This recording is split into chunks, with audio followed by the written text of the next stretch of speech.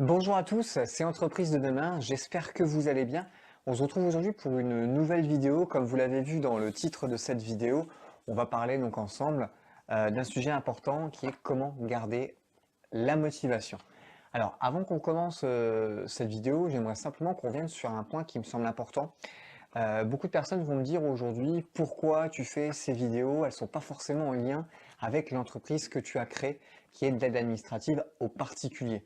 Alors, si je fais aujourd'hui ces vidéos, c'est pour que vous puissiez, dans un premier temps, savoir à qui vous avez affaire lorsque vous avez un professionnel en face de vous.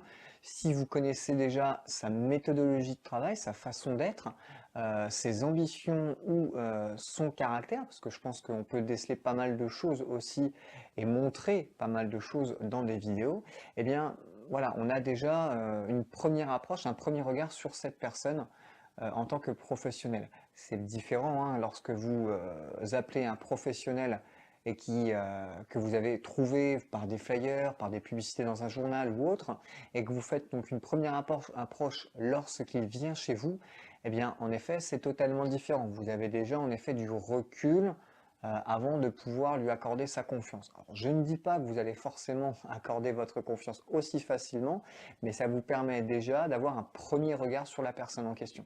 Donc en fait, toutes les vidéos que je fais aujourd'hui sont liées à mon entreprise, puisqu'elles vous permettent aussi de savoir comment je procède et comment je fonctionne en quelque sorte. Voilà. Alors comme vous avez pu le voir, hein, toujours pareil, lorsque je fais ces vidéos, bien entendu, je prends des notes, je crée ma vidéo avant, donc avant de pouvoir vous parler de ce sujet, eh bien, je pose tout sur papier ou sur tablette, téléphone, etc. pour pouvoir oublier aucun élément. Donc c'est normal, si vous me voyez regarder la feuille, de toute façon, hein, c'est pour qu'on n'oublie aucun élément lors de cette vidéo. Alors, pour parler de ce sujet pardon, qui est comment garder la motivation, vous allez me dire c'est assez difficile de pouvoir garder la motivation lorsque notre business, lorsque notre entreprise va au plus mal, ou lorsque en effet voilà, notre motivation personnelle va au plus mal. Alors, et comment garder en fait ce côté positif, comment faire pour remonter la pente? Et bien en fait je vous dirais que c'est très simple. Vous pouvez en fait remonter cette pente, mais dans un premier temps, il faut déjà tout remettre à plat. Il faut se poser les bonnes questions. Alors, pourquoi voilà, mon business va au plus mal? Quels sont les éléments déclencheurs à cette baisse de motivation? Qui sont les personnes qui m'entourent réellement? Voilà, on va vraiment tout poser à plat et voir en fait euh, où ou en tout cas à quel moment ça a planté, à quel moment il y a eu un élément négatif dans ma motivation, dans mon parcours, qui a fait qu'aujourd'hui tout est en train de capoter, par exemple. Alors, euh, bon, on fait en sorte de tout remettre à plat, on essaye de vraiment se poser les bonnes questions pour après tout remonter proprement, correctement. Donc il faut vraiment enlever tous les éléments négatifs à votre motivation. Hein, tout ce qui va être gênant ou tout ce qui va être problématique pour vous, il faut l'enlever. Donc je m'explique. Je vais vous donner un exemple concret. Si demain, vous avez un ami qui vous demande d'aller boire un coup avec vous dans un bar, et tout au long de ce moment, de cet échange avec votre ami, cette personne fait que de remettre en question votre façon de procéder, fait que critiquer ce que vous avez fait, mais ne vous apporte aucun élément positif ou ne vous apporte aucune idée nouvelle pour remonter la pente, eh bien, cette personne est un élément négatif à votre motivation. Malheureusement, cette personne ne peut pas faire partie de votre cercle d'amis. Donc, on va devoir tout simplement la mettre de côté et garder en effet que les éléments qui peuvent vous permettre d'aller de l'avant. Donc, vous devez en fait tout simplement vous entourer des personnes qui sont capables de vous encourager dans les moments les plus durs, de vous conseiller et bien entendu de vous apporter des idées nouvelles. D'accord? Donc un bon entourage, ça se constitue avec des personnes qui sont fiables, des personnes euh, qui sont fiables intellectuellement, c'est-à-dire qui sont en capacité de comprendre ce que vous allez leur proposer comme idée, qui vont comprendre ce que vous souhaitez faire et qui sont aussi en capacité dans ces cas-là de dire stop, je t'arrête à ce moment-là, vaut mieux plutôt partir sur telle proposition, sur telle décision, sur tel chemin, que de faire plutôt ce que tu vas proposer actuellement. Voilà, ça c'est des éléments importants, ça c'est des éléments positifs à votre motivation. D'accord? Donc c'est important de vraiment savoir qui on a autour de nous. Hein, il faut que ces personnes, ils ont aussi les mêmes centres d'intérêt que vous. Pas forcément, mais il faut en effet que ces personnes soient en capacité d'aller dans la même direction que vous et soient toujours là pour vous aider à remonter la pente ou vous encourager. D'accord? Quand on monte un business, quand on monte une entreprise, c'est une course sans fin. Donc il faut, tout au long de votre parcours, qu'autour de vous, chaque côté, il y ait en effet des personnes qui sont en capacité de vous encourager, de vous aider à vous relever lorsque ça va mal. Donc, euh, vous aurez toujours des personnes qui vont vous dire pourquoi tu fais ça, ça sert à rien ce que tu fais, moi je comprends pas. Voilà, qui seront toujours dans la négativité avec vous. D'accord? Eh bien, ces personnes, vous devez tout simplement les enlever de votre cercle d'amis, comme je vous l'ai dit tout à l'heure. D'accord? Elles ne sont pas du tout productives à votre motivation, à votre réussite. Et toutes les critiques négatives qui ne peuvent pas faire avancer votre business, avancer vos décisions, vos choix, eh bien, tout simplement, il va falloir voilà, donc, les mettre de côté et vraiment faire en sorte qu'elles ne reviennent pas, ces personnes-là, et que lorsque vous allez intégrer de nouvelles personnes dans votre cercle d'amis, toujours pareil, faire attention à qui vous allez parler, à qui vous allez donner vos idées, à qui vous vous confiez. Ça, c'est très important de ne pas se confier trop vite, d'apprendre d'abord à connaître la personne qui vient dans votre cercle d'amis. Et quand vous êtes sûr, on n'est jamais sûr à 100%, mais quand on est sûr que cette personne peut être en capacité de comprendre ce que vous lui dites, hein, qui est en capacité de comprendre ce que vous allez lui proposer, et qui instinctivement va être dans le côté positif de la chose, peut-être en vous disant ah c'est pas forcément comme ça que j'aurais vu la chose, mais par contre essaye plutôt de faire de telle manière, eh bien ça c'est constructif, ça c'est important, et donc ça vous permet justement de rebondir encore plus et de pouvoir justement avoir des idées nouvelles, encore une fois. Donc vous allez rentrer dans un monde de requins. Il faut savoir que le monde du business, le monde de l'entrepreneuriat est un monde compliqué. Hein. Il n'y a pas forcément beaucoup d'amitiés qui peuvent se créer dans ce domaine-là, il y a beaucoup de connaissances qui peuvent se faire, mais attention, c'est pas parce qu'une personne, un professionnel en face de vous, lors d'un séminaire ou autre, est sympathique avec vous qu'il va falloir tout de suite rentrer dans ce côté amical et commencer à lui parler de vos futurs projets, vos futures ambitions ou ce que vous souhaitez faire aussi. Hein, il faut rester sur le côté professionnel et ne pas en dire trop de suite. Vous allez me dire, on le sait déjà, mais attention, il y a des personnes qui sont peut-être plus, on va dire, qui sont peut-être plus dans cet aspect où bah, je vais tout déballer maintenant et parce que cette personne me semble correcte et que je peux peut-être en faire un ami. Donc non, il faut toujours avoir ce recul et observer avant de pouvoir aller vraiment divulguer ce que vous souhaitez divulguer en termes d'information. Enfin après, voilà. Je vous dis pas de le faire, je vous dis simplement d'appliquer ou en tout cas d'en prendre conscience de ces conseils. Donc si je vous confie tout ça aujourd'hui, pourquoi on parle de ce sujet bah, ça m'est déjà arrivé. Avec des personnes que je considérais comme des amis, à qui j'aurais donné des idées, des projets en fait que je souhaitais réaliser, et quelques mois plus tard, ces personnes ont fait, ont créé, ont mis en place l'idée que j'avais en tête. Donc du coup, voilà, ça m'a mis un coup dans le dos, un froid dans le dos plutôt. Donc c'est pour ça qu'il faut vraiment faire attention à qui on parle.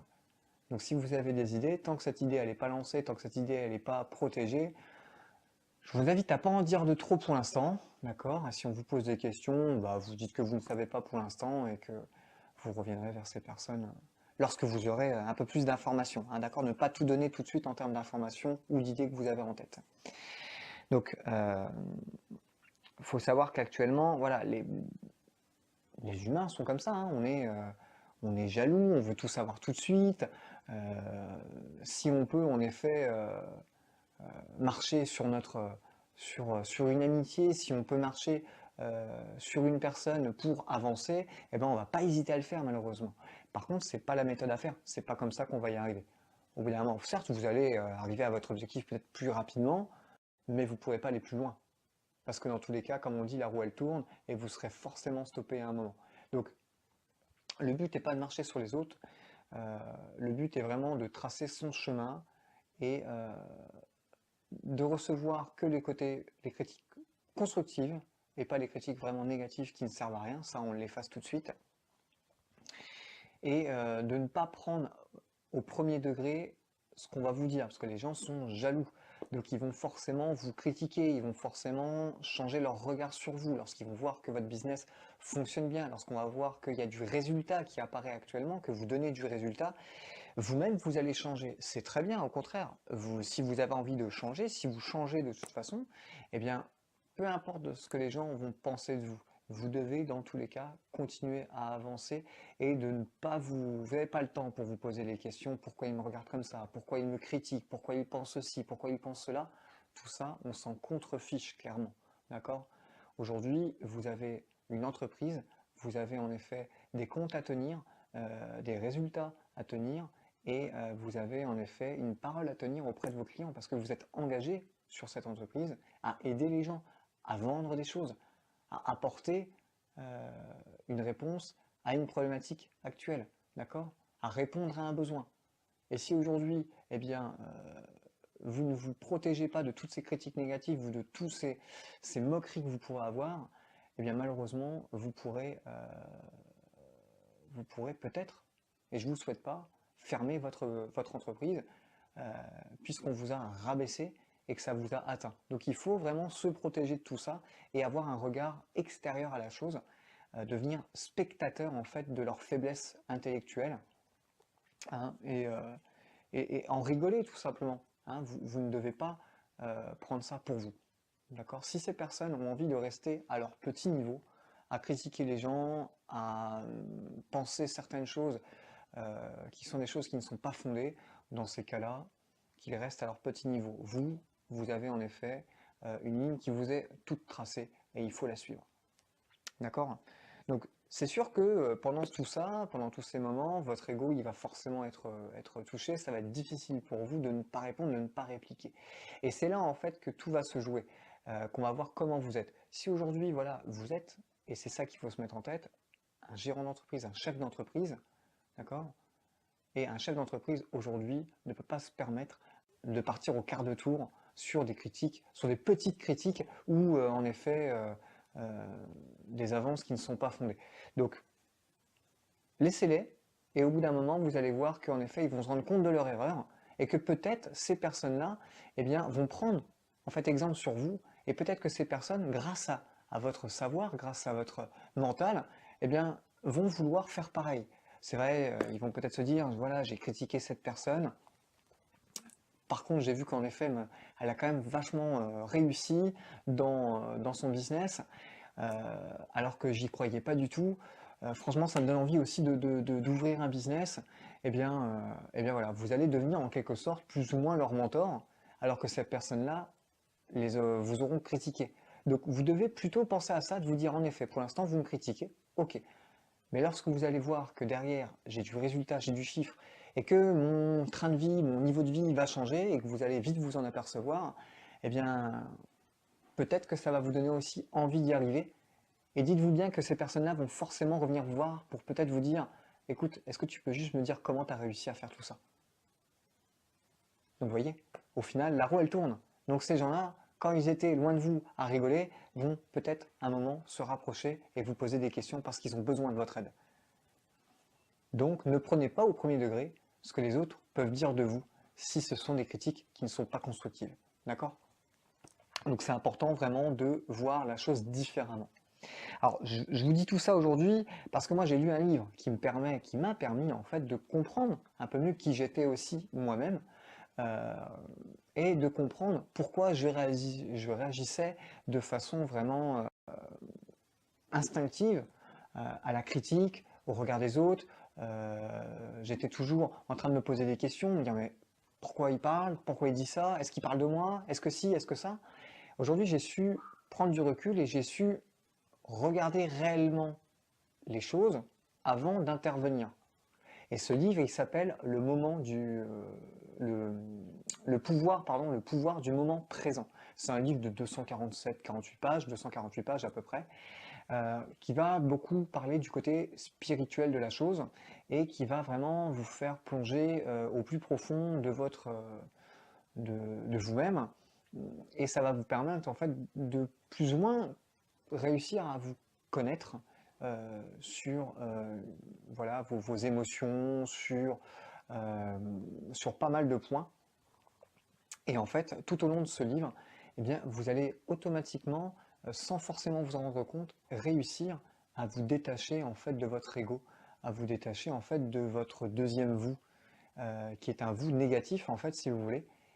Et ce vous négatif, c'est celui qui part toujours au quart de tour, qui est stressé, qui est énervé, qui pleure, qui comprend pas. Enfin voilà, c'est vraiment celui qui n'a pas besoin d'être présent dans votre vie, parce que c'est celui en fait qui vous fait perdre du temps, qui vous fait stagner. Donc c'est important, voilà, de comprendre qui on est réellement et de pouvoir, avant d'agir, de se dire, alors qu'est-ce qu'il vient de dire? De comprendre déjà ce que la personne vous dit. Donc voilà, c'est un livre en tout cas qui m'a permis de prendre du recul sur pas mal de choses. Après, ça c'est vraiment lorsque les gens en effet viennent à vous critiquer ou lorsque en effet vous êtes jaloux ou tout ce genre de choses, lorsque vos émotions vous envahissent.